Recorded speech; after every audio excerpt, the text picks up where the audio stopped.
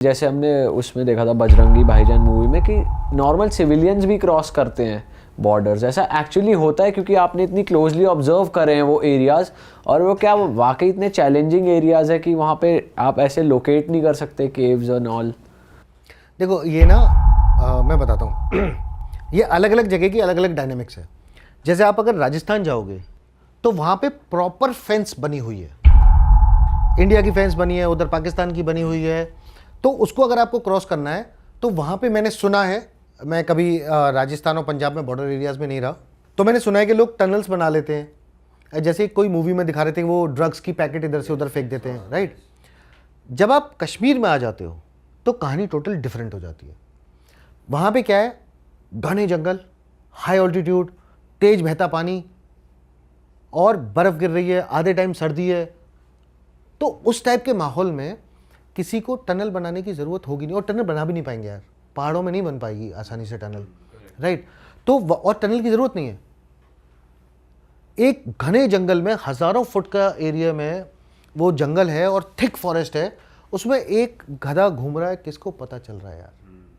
मतलब फौजी जो है वो भगवान तो है नहीं भाई, जितना हमारे पास जो इमेजर्स हैं उससे हमें जितना दिख रहा है, जितना आप करवा सकते हो एक आदमी से। और हमने खुद देखा, मैंने तो प्रैक्टिकली किया हुआ है कि आदमी के ब्रेकिंग पॉइंट से ज़्यादा काम करवा रहे हैं। एक एक फौजी वो खुद बोलता है साहब आज मुझे नीचे भेज दो, मैं पोस्ट पे ड्यूटी कर करके थक गया। और आपके पास वही गिने चुने जवान हैं, आपको पोस्ट की सिक्योरिटी भी करनी है। अभी सीज फायर अबोरगेट हो गया, अब फिर से वो चीज़ आएगी कि कोई बैटल एक्शन टीम आ रही है पाकिस्तान की, हमें उसको काउंटर करना है, राइट। हमें अपने ट्रुप्स को रेडी रखना है, रात को किसी भी टाइम पे दुश्मन हमला कर सकता है। फायरिंग चल रही होगी, रात को फायरिंग हो रही है, कब फायरिंग हो जाए पता नहीं, आपको सोने को टाइम नहीं मिल रहा, आप आराम से बैठ के खाना नहीं खा सकते, आप हाई ऑल्टीट्यूड में बैठे हुए हो, दवाई नहीं है आपके पास, मतलब दवाई इन द सेंस है, पर अगर कुछ हो जाता है तो लेके कैसे जाएं। हर जगह पे हेलीकॉप्टर नहीं आ सकता, वो पहाड़ से उतरने में टाइम लगता है। हर चीज़ का आपको स्केलिंग के हिसाब से काम करना है। और फिर ये घने जंगल है, आपको रोज पहाड़ उतर के जाना है, पहाड़ चढ़ के आना है, डेली आप ये सब कार्रवाई कर रहे हो। और फिर वहां से वो टेररिस्ट आ रहा है, वो क्या करेगा, वो आएगा कहीं छुप के बैठेगा। कितने पेड़ों के पीछे आप छान मारोगे, कहां कहां तक छान सकते हो। डायलॉग मारना, यहाँ बैठ के हम अच्छे स्टूडियो में बैठ के हम कुछ भी डायलॉग मार सकते हैं, पर जो वहाँ जवान चल रहा होता है ना, उसको पता चलता है कि पैर में छाला हुआ था, पाउडर लगाने का टाइम नहीं मिला, एक बैंडेड लगाने का टाइम नहीं मिला। उससे पूछना चाहिए वो जवान जो इस उंगली में तो ग्लव्स पहन ही नहीं सकता क्योंकि उसको कब गोली चलानी पड़ जाए। मैंने खुद ऐसा देखा है, ऑब्जर्व करा है कि उंगली ट्रिगर पे रखे हुए जाम हो जाती है और मुंह से भाप लगा के, थूक लगा के हम उसको नॉर्मल करते हैं कि ट्रिगर चला सकें। तो कहना बहुत आसान है कि टेररिस्ट कैसे आ गया, वो जंगल इस टाइप के हैं। तो कश्मीर में तो टनल बनाने की ज़रूरत नहीं है, पंजाब राजस्थान का मैंने सुना है, देखा नहीं है।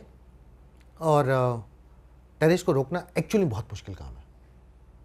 जैसे घर में एक मक्खी घुस के आ जाती है ना, कौन से छेद से कहाँ से घुस के आ गई, उस तरीके से टेररिस्ट आते हैं। तो एक वो चूहा कहीं से आ रहा है, पर एक चीज़ बता देता हूँ, अगर वो लाइन ऑफ कंट्रोल पे नहीं मरा तो भी उसकी लाइफ 2-4 महीने ही है, वो मरेगा और कुछ है नहीं उसके पास, वो आया ही मरने है, काम ही यही है। वो वैसे भी यूजलेस है ना यार, वो किसी काम का नहीं है। एक होता है ना कि जैसे हम कैलकुलेट करते हैं कि किसी देश की जनसंख्या कितनी है, उसमें वर्किंग एज ग्रुप के कितने हैं, राइट। जो वर्किंग एज ग्रुप वाले हैं वो क्या वर्क कर सकते हैं, वो स्किल्ड कितने हैं, अनस्किल्ड कितने हैं। तो ऐसे जो ये लड़के होते हैं ये यूजलेस वाले होते हैं कि मतलब गुड फॉर नथिंग। तो पाकिस्तान कहता है थोड़ा सा राइफल पकड़ा दो, जाके मरने दो। सर इस पूरे सिनेरियो में चाइना की तरफ आपका क्या टेक है, मतलब हमारे इंडिया का क्या टेक है, क्योंकि वो भी ऐसा आया था ना कि मिसाइलें पहुंचा दी है चाइना और टर्की ने, वहाँ पे डिफेंस लैंड कर गया है। तो चाइना को इंडिया कैसे देख रहा है इस समय? देखो मैं आपको एक चीज़ बताता हूँ कि अभी फ़िलहाल के लिए चाइना ने इंडिया के अगेंस्ट कुछ भी नहीं बोला है जितना मुझे पता है, और उसका एक बहुत बड़ा रीज़न है। लेकिन चाइना क्यों बोलता है उसका भी एक बहुत बड़ा रीज़न है भाई। रीज़न ये है कि चाइना का माल बिकना है, इंडिया भी एक बहुत बड़ा मार्केट है, राइट, चाइना के लिए और पूरी दुनिया के लिए इंडिया बहुत बड़ा मार्केट है। इंडिया में हर नई चीज़, इनोवेटिव चीज़ों का यूज़ हो रहा है, सब कुछ हो रहा है, तो एक इतने बड़े मार्केट को कोई छेड़ना नहीं चाहेगा, पहली चीज़। दूसरी चीज़ क्या आती है कि इंडिया से प्रॉब्लम क्या है कि एशिया में या साउथ ईस्ट एशिया में हीरो बनने के लिए अगर चाइना को कोई रोक रहा है तो वो सिर्फ इंडिया है। जब तक भारत है तब तक चाइना हीरो नहीं हो सकता, राइट। अब चाइना ने वो नेकलेस ऑफ पर्ल्स और ऐसी थ्योरीज पे बहुत उसने काम किया। उसको बहुत कष्ट हुआ जब हम ONGC विदेश के साथ वियतनाम चले गए, हमने वहाँ ऑयल एक्सप्लोरेशन शुरू किया। हमारी जापान से अच्छी दोस्ती है, ये चाइना को प्रॉब्लम है, राइट। तो इस टाइप की चीज़ों में कष्ट हो रहा था। उसके बाद हमारी रशिया से बहुत अच्छी दोस्ती है, इसमें भी कष्ट हो रहा था। तो चाइना ने बीच में क्या किया, उसने अपना डेट ट्रैप जो बोलते हैं वो करके अफ्रीका आधा उसने कैप्चर कर लिया, सब उसने गुलाम बना रखे हैं। तो वहाँ से जो माइनिंग और रिसोर्सेज आ रहे हैं वो चाइना कैसे पहुँचे, उसके लिए रास्ता सिर्फ एक था, समुद्र के रास्ते, और वो जाता है इंडिया से चिपक के और स्ट्रेट ऑफ मलाका होके जाना पड़ता है सिंगापुर के नीचे। लेकिन उसमें प्रॉब्लम क्या है, उससे ठीक पहले एक छोटी सी जगह पड़ती है जिसको बोलते हैं अंडमान एंड निकोबार आइलैंड्स। वो किसका है? वो हमारा है। चाइना ने हम्बनटोटा पोर्ट लिया श्रीलंका से। श्रीलंका से हमारी भी कुछ बात चली पर वो ज़्यादा हो नहीं पाई।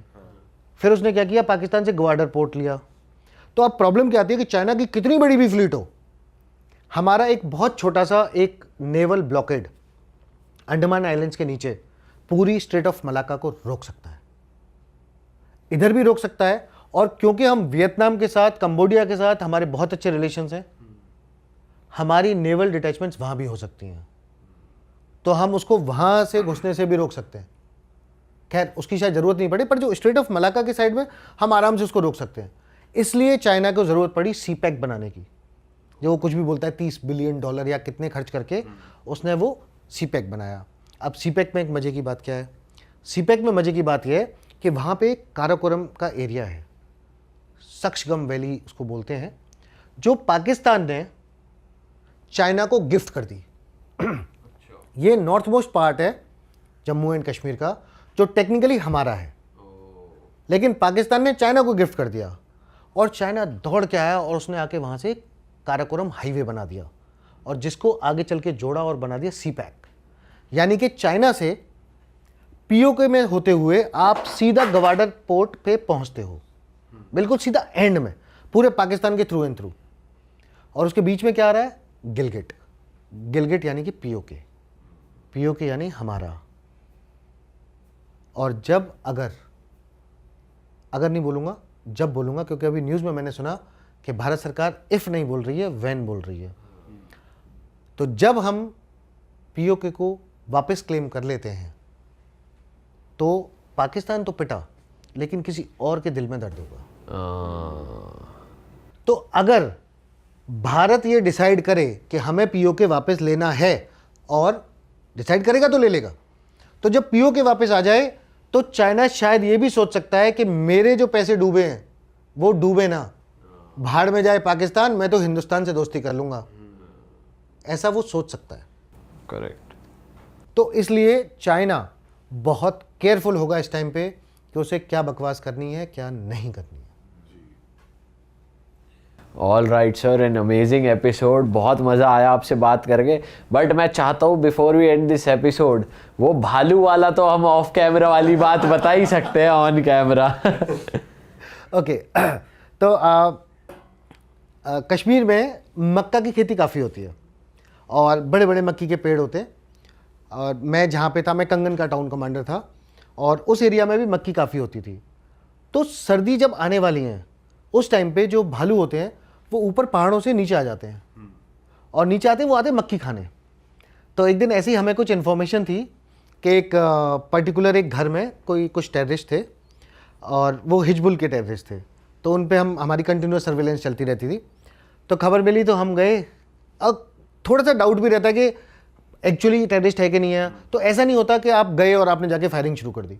आप बैठते हो, एम्बुश ऑब्जर्व करते हो, और अगर किसी घर में टेररिस्ट है तो आप कोशिश करते हो कि वो घर से निकल आए, क्योंकि हमें पहला पॉइंट ये बोला जाता है कि टेररिस्ट आज नहीं तो कल मर जाएगा, सिविलियन कैजुअलिटी नहीं होनी चाहिए, क्योंकि सिविलियन वो हमारे हैं ना, वो कैजुअलिटी नहीं होनी चाहिए।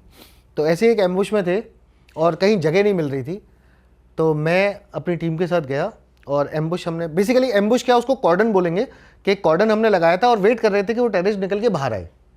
तो आप कई कई घंटों तक आप बैठे रहते हो। रात में गए, हम जाके वहाँ बैठ गए, मूनलेस नाइट थी, बिल्कुल अंधेरा, और खेत के बीच में थे जहाँ से घर की विजिबिलिटी अच्छी मिल रही थी। मैं बिल्कुल घर के सामने बैठा हुआ था, मेरे साथ मेरा बडी था और एक मेरा खबरी था कोई, वो भी मेरे साथ था। आप जब काफ़ी देर से आप बैठे होते हो तो ऐसे ही मैं अपने बडी से बात कर रहा था, तो आप बात करते हो बहुत विस्पर्स में, धीरे से इशारों में बात कर रहे होते हो। तो इधर मेरा बडी है और इधर कोई है, तो मैं इससे भी बात कर रहा हूँ, उससे भी बात कर रहा हूँ। काफ़ी देर तक ऐसे चलता रहा। फिर थोड़ी देर बाद मुझे रियलाइज़ हुआ कि इधर कुछ अलग है, कुछ डिफरेंट है। तो आप पोजीशन लेके आप लेटे होते हो तो हल्की नज़र से आप देख रहे होते हो ना, क्योंकि सामने लाइट है, तो यहाँ अंधेरे में कुछ है। मुझे लगा कुछ है। थोड़ी देर मुझे लगा कि मेरे मन मन में आप काउंट कर रहे होते हो कि टीम कहाँ, और एज अ कमांडर जब आप ऑपरेशन में होते हो तो आपको पता होता है कि मेरा कौन व्यक्ति कहाँ बैठा हुआ है, एग्जैक्ट पता होता है आपको, आपके माइंड में वो चलता रहता है। तो मैंने कहा ये मेरे बडी बैठा है, वो मेरा खबरी बैठा है उसके बगल में, तो यहाँ कौन बैठा है। एकदम से ऐसे रियलाइज़ हुआ। जैसे रियलाइज़ हुआ तो मैंने ऐसे धीरे से देखा, मैंने देखा मेरे बगल में एक भालू बैठा हुआ है। और मेरी सांस वहीं रुक गई। अब मुझे समझ नहीं आया मैं करूं क्या, और उस टाइम मुझे लगा कि मुझे शांत बैठे रहना चाहिए, पर अब टेररिस्ट से ज़्यादा ध्यान मेरा उस भालू के ऊपर था कि टेररिस्ट आए जाए उसको तो मैं कल पकड़ लूँगा, ये भालू मुझे नहीं खा जाए। हाँ। तो काफ़ी देर तक वो माइंड में चला, पर वो कोई शरीफ भालू था। कुछ नहीं करा, उसने कुछ भी बोला भी नहीं। अच्छा, वो बहुत देर वहाँ बैठा, उसके बाद उठा और मटकते मटकते वो चला गया। और जैसे ही वो गया, थोड़ी देर बाद फिर दिन का टाइम आ गया, तो हम अपनी टीम को लेके वापस आए, एंड फिर तब मेरे को सांस वापस आई।